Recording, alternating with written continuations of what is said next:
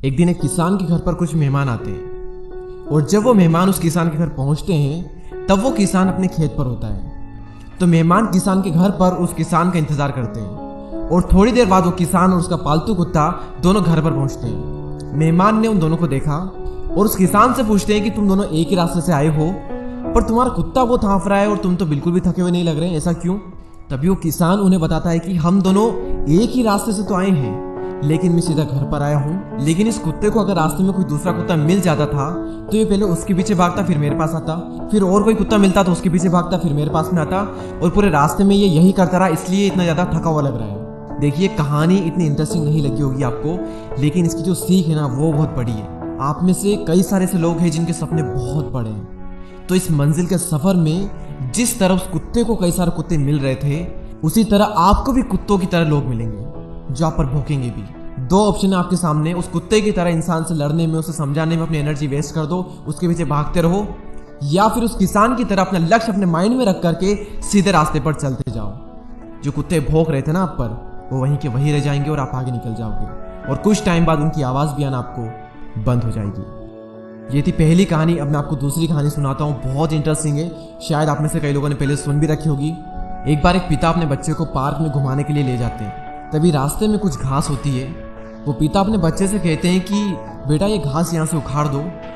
तो बच्चा आसानी से उस घास को वहाँ से उखाड़ देता है। तभी वो दोनों आगे जाते हैं और फिर वहाँ पर उन्हें एक छोटा सा पौधा मिलता है।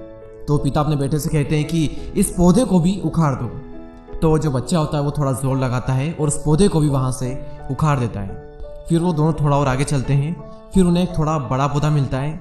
पिता फिर कहते हैं कि बेटा इस पौधे को भी तुम यहाँ से उखाड़ दो। तो वो बच्चा बहुत जोर लगाता है, बहुत जोर लगाता, अपनी पूरी जान लगा देता है और उस पौधे को वहाँ से उखाड़ देता है। फिर वो थोड़ा और आगे चलते हैं। फिर वहाँ पर उन्हें एक पेड़ मिलता है। तो पिता अपने बेटे से कहते हैं कि बेटा इस पेड़ को यहाँ से उखाड़ दो। बेटा कहता है पापा ये पेड़ मुझसे नहीं उखड़ेगा। पापा कहते हैं तो ट्राई तो कर, उखड़ेगा। तो बेटा अपने पापा की बात को मान करके लग जाता है उस पेड़ को उखाड़ने में। वो बहुत कोशिश करता है, अपनी पूरी जान लगा देता है, लेकिन फिर भी उस पेड़ को नहीं उखाड़ पाता।